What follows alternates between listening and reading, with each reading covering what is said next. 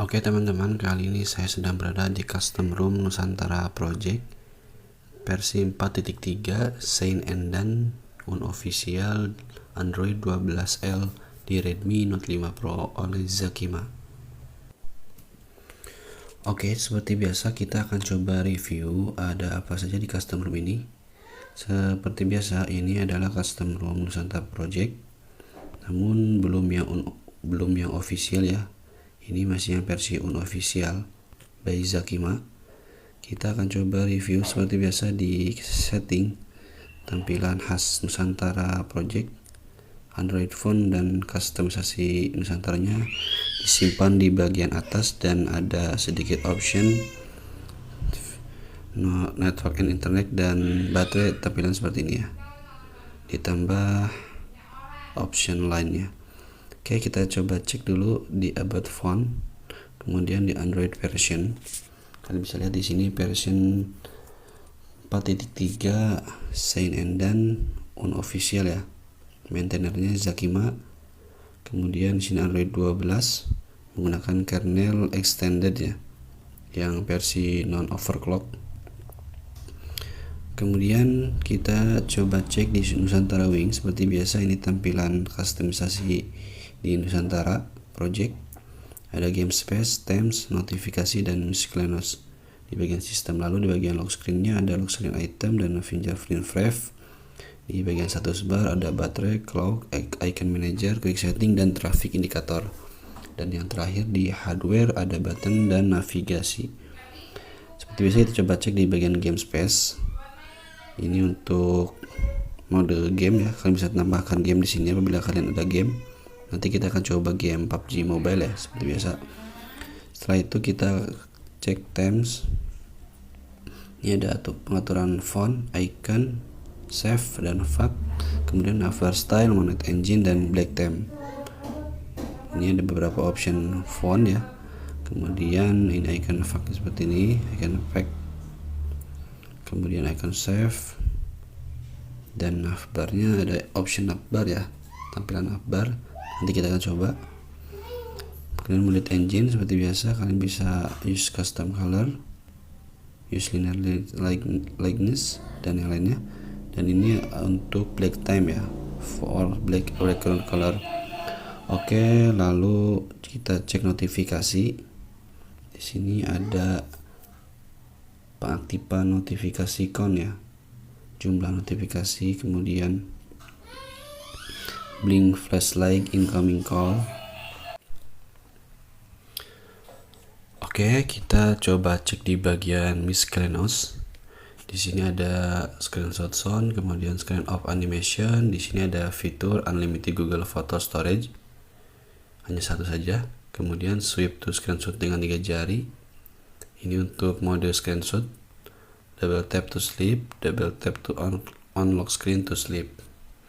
Lalu di bagian fingerprint, lock screen item, kemudian fingerprint face, dan status bar. Baterai optionnya ada baterai style, landscape R, dan L ya, biasa favorit di Android 12. Kemudian ada baterai persen, kemudian clock, lalu icon manager. Di sini ada colored icon, kalian bisa lihat di bagian status bar. Ada Nusantara logo, terus show privacy indicator for location yang hijau itu. Kemudian ada use all style mobile data icon. Lalu di bagian quick setting, vibrate on touch, running service icon seperti ini. Oke, lalu di bagian traffic indicator, kalian bisa lihat di sini normal ya, tidak ada masalah, berjalan. Kemudian di bagian button, volume rocker wake, dan volume panel on lap. Navigasi kalian bisa cek di sini. Kita coba cek tadi yang menggunakan 3 button navigasi ya. Oke, tampilan default seperti ini. Oh, dan ada tambahan fitur ya di sini.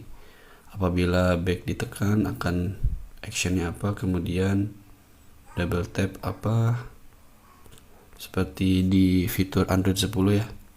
Ini mantap sekali, berguna. Kemudian ada show arrow key while typing. Di layoutnya kalian bisa lihat di sini bisa navbar formatnya lebih kecil, compact. Kemudian swap button memindahkan back home dan back recent. Kita bisa cek di bagian themes. Tadi kita cek navbar style. Kita bisa menggunakan model mana saja. Kita coba navbar ini ya, pakai berjalan. Oke, tidak berubah ya. Oh ya, kayak berubah. Oke, berubah, kalian bisa lihat di sini.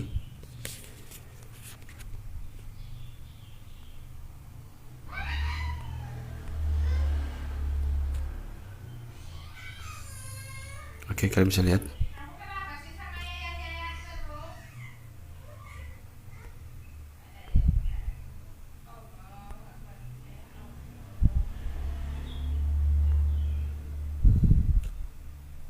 Oke.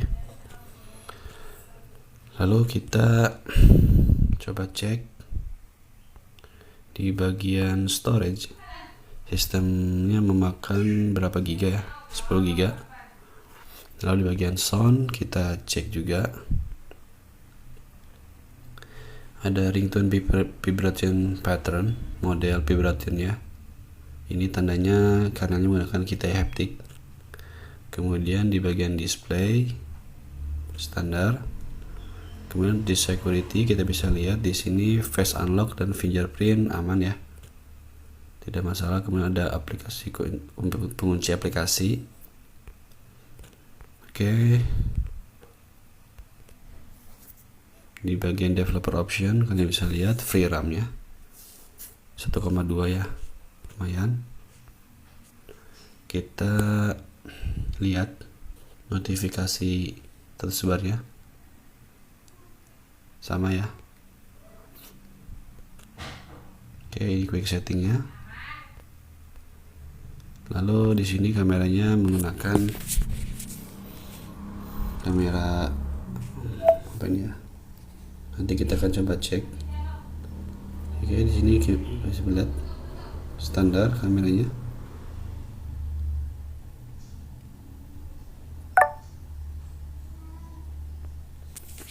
Nah, kita lihat hasilnya lumayan ya, bersih. Kita bisa lihat di sini di app info kamera Graphenos. Untuk alternatifnya kalian bisa menggunakan Gcam ya. Oke, ini adalah hasil dari CPU throttling test yang saya lakukan. Mendapatkan performa di maksimal di 127, lalu rata-ratanya 117,6 dan minimalnya 96 GPS ya. Kalian bisa lihat di sini maksimal CPU clocknya 1,8 GHz ya. Dan ini adalah hasil dari Antutu benchmark di versi 9.1 ya, untuk custom room Nusantara versi 4.3 unofficial ini mendapatkan skor di 168.730 ya. Lumayan. Oke, mungkin cukup sekian review saya di custom room Nusantara versi 4.3 Seinendan unofficial di Redmi Note 5 Pro. Oke teman-teman, kali ini saya akan coba flash room Nusantara versi 4.3 Seinendan unofficial Android 12.1 oleh Zakima di Redmi Note 5 Pro. Oke, sebelum kita lanjut jangan lupa kalian untuk subscribe channel ini. Oke, terima kasih. Di sini saya menggunakan recovery Orange Fog ya. Oke, sebelum kalian masuk ke proses install room, kalian pastikan sudah menyiapkan bahan-bahannya dan saya sertakan linknya di deskripsi. Oke, kalian masuk ke recovery dengan cara menekan tombol power dan volume up bersamaan hingga keluar logo Mi. Setelah itu kalian akan tampil seperti ini. Kalian pilih icon tong sampah ya, yang ini. Lalu kalian lihat di situ ada dua option. Yang pertama WIP dan yang kedua adalah format data. Kalian lakukan clean flash di bagian WIP dan kalian centang beberapa option, yaitu Dalvik, kemudian Change, System, Vendor, dan Data. Oke, setelah kalian centang, kalian pilih Swipe to WIP. Lalu tunggu proses whipping berjalan. Oke, setelah proses whipping kalian langsung pilih back. Kemudian akan tampil seperti ini. Nah, setelah ini kalian pilih room yang akan kalian flash ya. Jika sudah, kalian langsung klik, lalu kalian swipe to install. Lalu kalian tunggu proses flashing roomnya berjalan. Oke. Setelah proses flashing berjalan sukses, maka kalian akan melihat seperti peringatan teks berwarna oranye seperti ini ya. Kalian abaikan saja, tidak apa-apa. Setelah kalian flash room ini, kalian langsung pilih back. Lalu kalian install additional files. Di sini saya menggunakan yang pertama yaitu Disable Force and Script, dan yang kedua yaitu Magis. Oke, kalian pertama pilih Disable Force and Script, klik. Setelah klik, kalian klik Add to Quick untuk mempercepat proses pengerjaannya ya. Kalian klik Add to Quick, lalu kalian pilih Magis. Jika sudah, kalian di situ akan melihat di atasnya quick to off to ya, di sini ya. Berarti ada dua file yang akan di flash. Setelah itu kalian tinggal swipe to install. Lalu tunggu prosesnya hingga selesai. Nah, apabila prosesnya sudah selesai, kalian tinggal klik menu di bagian ini. Kemudian kalian reboot. Setelah reboot, kalian pilih yang sistem. Secara otomatis recovery akan reboot dan masuk ke booting. Dan kalian tunggu saja proses bootingnya, biasanya sekitar 3-5 menit ya. Oke, kalian tunggu. Namun apabila lebih dari 5 menit, kalian bisa reboot ulang paksa ya, dengan cara menekan power hingga ada getaran dan muncul icon Mi ya. Oke.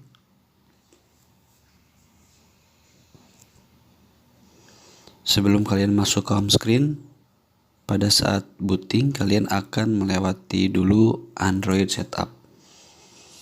Nanti kalian selesaikan Android setup.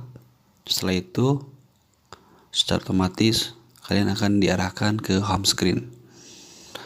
Sampai situ proses flashing room dinyatakan selesai lah. Beres, tidak ada masalah apapun. Jika kalian menyukai video ini, jangan lupa untuk like dan share, dan ikuti terus channel ini dengan cara mensubscribe agar mendapatkan video-video terbaru dan bermanfaat lainnya. Oke, terima kasih.